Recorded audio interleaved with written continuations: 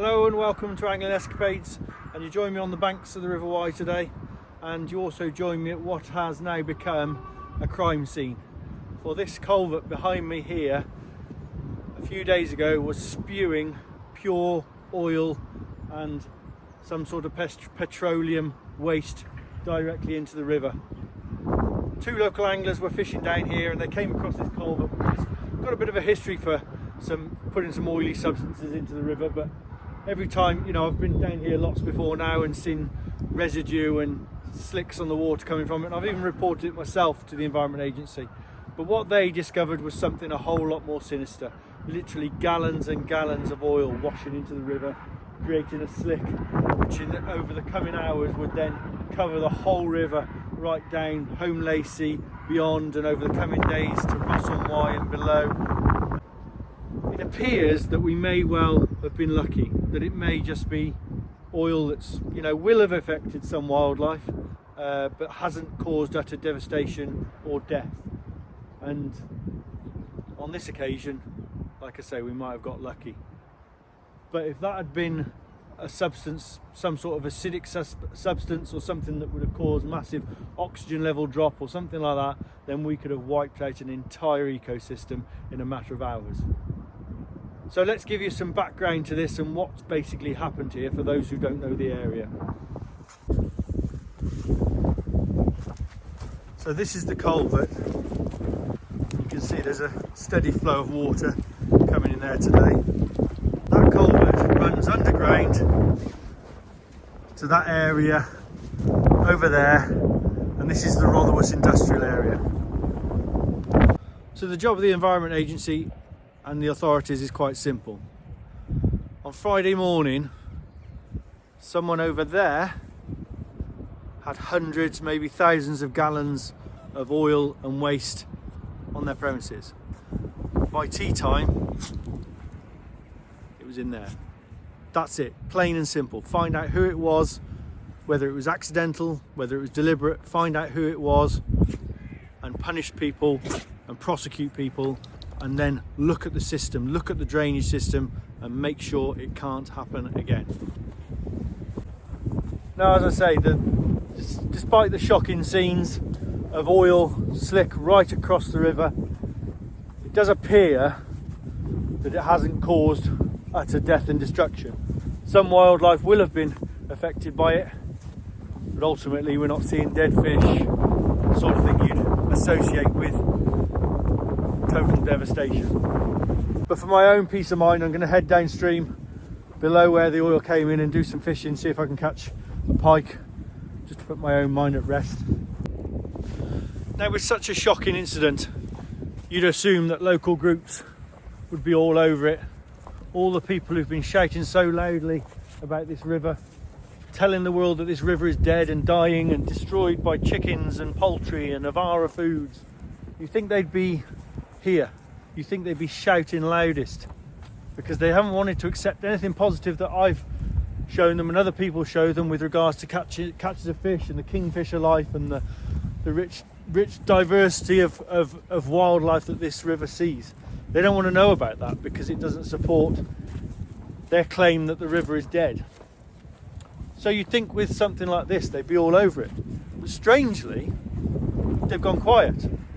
All these not-for-profit groups and organisations who've built up industry around the whole disastrous story of the Wye, and the people who've tried to silence me when I've said you're looking in the wrong directions, it's things like this that are the biggest threat to our river. They've all gone very quiet. And I think there's a reason for that, because I don't think a pollution incident which doesn't involve agriculture suits their argument right now.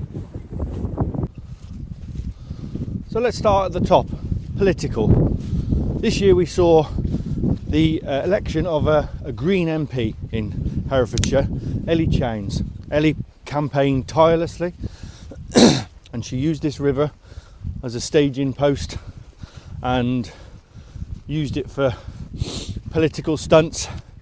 Just a couple of miles downstream from here, stood in the river with celebrity chef Hugh Fernley Whittingstall telling the world that the river was lifeless and dead, and It would be her aim to tackle pollution, agricultural pollution at that, fight the chicken farms, and sort this river out.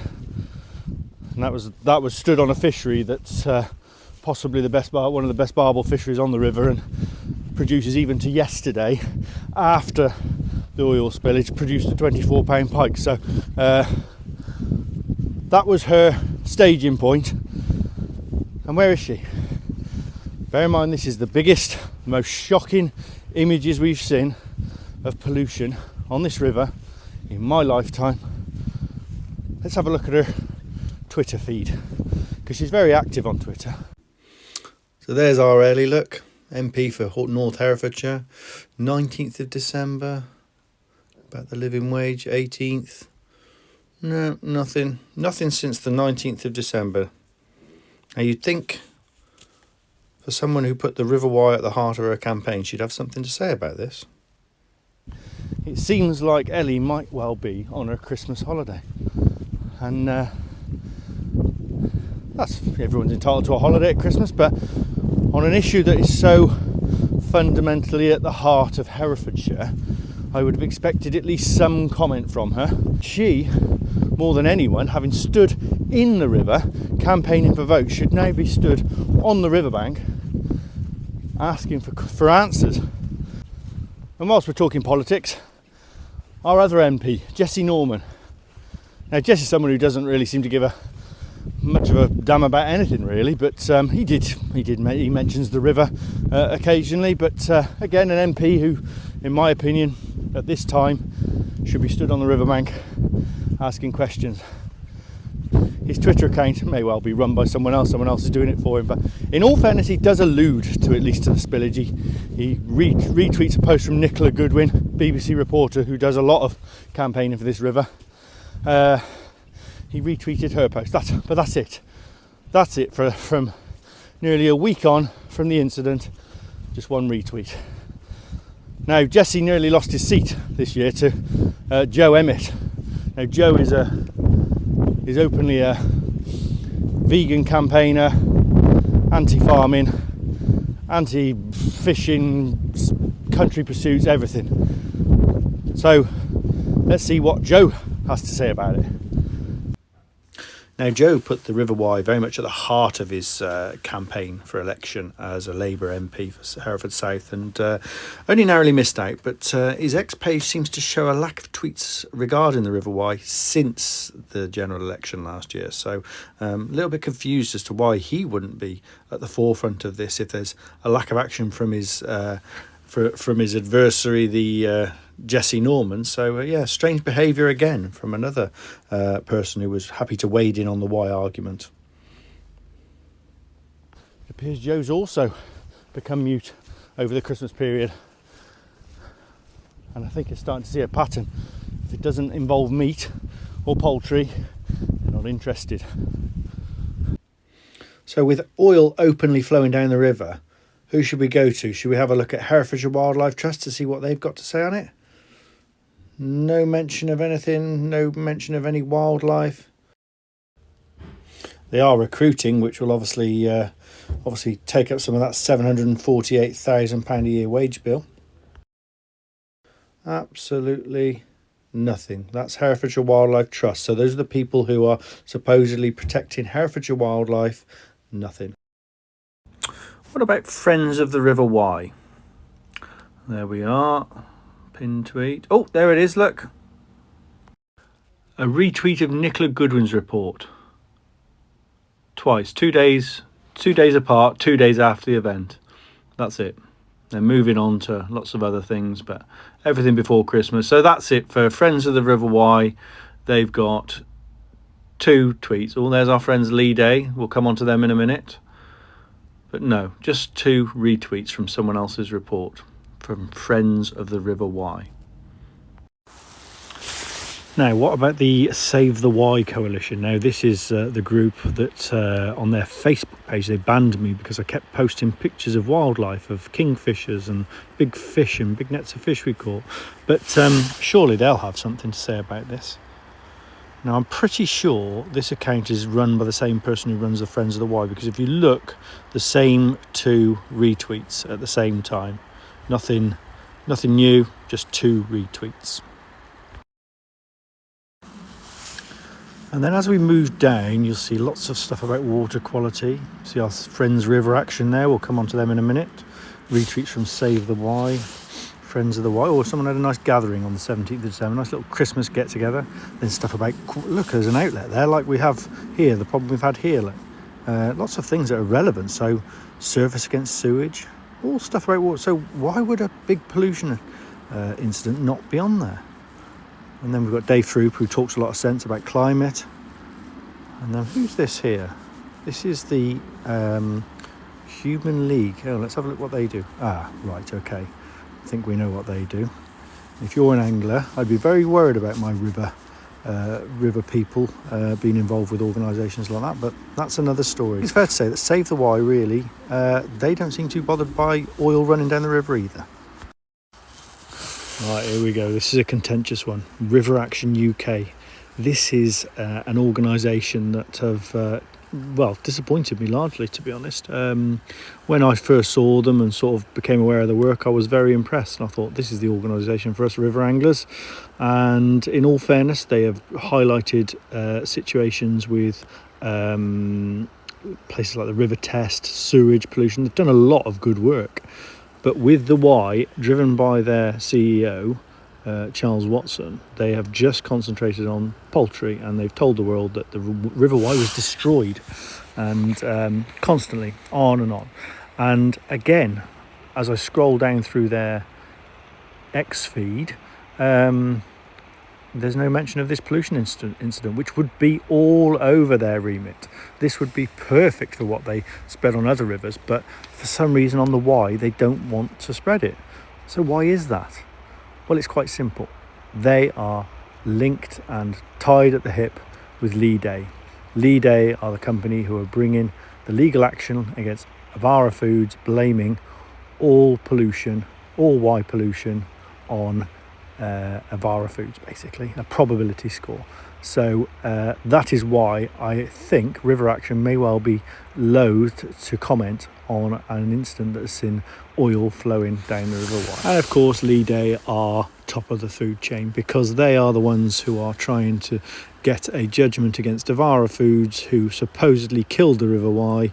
And if they do so, they are talking figures of 150 to 200 million pounds in compensation, of which they will take 30%. So you can see why they wouldn't want an industrial pollution incident maybe clouding those waters and damaging the chances of all that money. So these people who've tried to silence me, who don't want to acknowledge the health and beauty of this river and the many species that thrive here, not least the fish. But now when they've had their opportunity to jump on something that's just so frightening, the speed in which something like this could happen, they've gone quiet. And you have to ask the question, why is that? Why are they so quiet about this? And it's quite simple. It just doesn't suit their narrative that basically poultry, farming, agriculture has ruined this river already.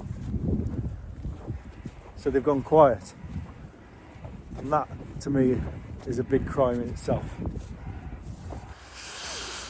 So I've come to about 3 miles below where the culvert is, where the oil spilled out of, and I've come down, thrown a pike bait out in the hope I might get a pike, but looking at the water as well, I'm seeing an odd little patch of oil, little strands, bits and pieces. You know, probably if I wasn't looking for it I wouldn't notice it, but there's definitely still signs that it's around, but certainly not. This is quite a slack bit of water in front of me, and it's not like it's hanging here. It's pretty much all gone with the flow. Still an odd diving bird flying around as well, so that's a good sign, not for the fish. And I did also see a swan further up river, actually right by where the culvert is. So generally if you didn't know any different, everything seems normal on the surface. Here we go. Here's a run.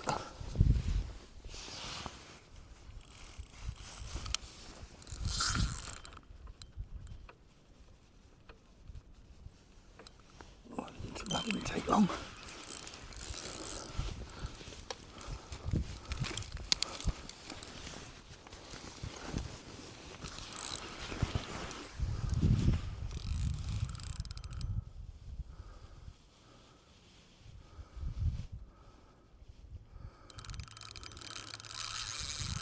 A decent fish.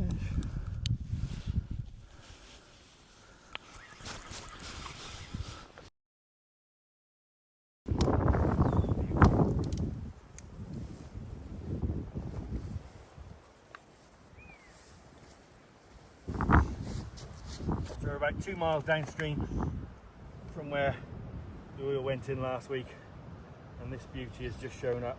22 pounds of prime River Wye pike. So hopefully no lasting damage done to the fish stocks, but it's a warning.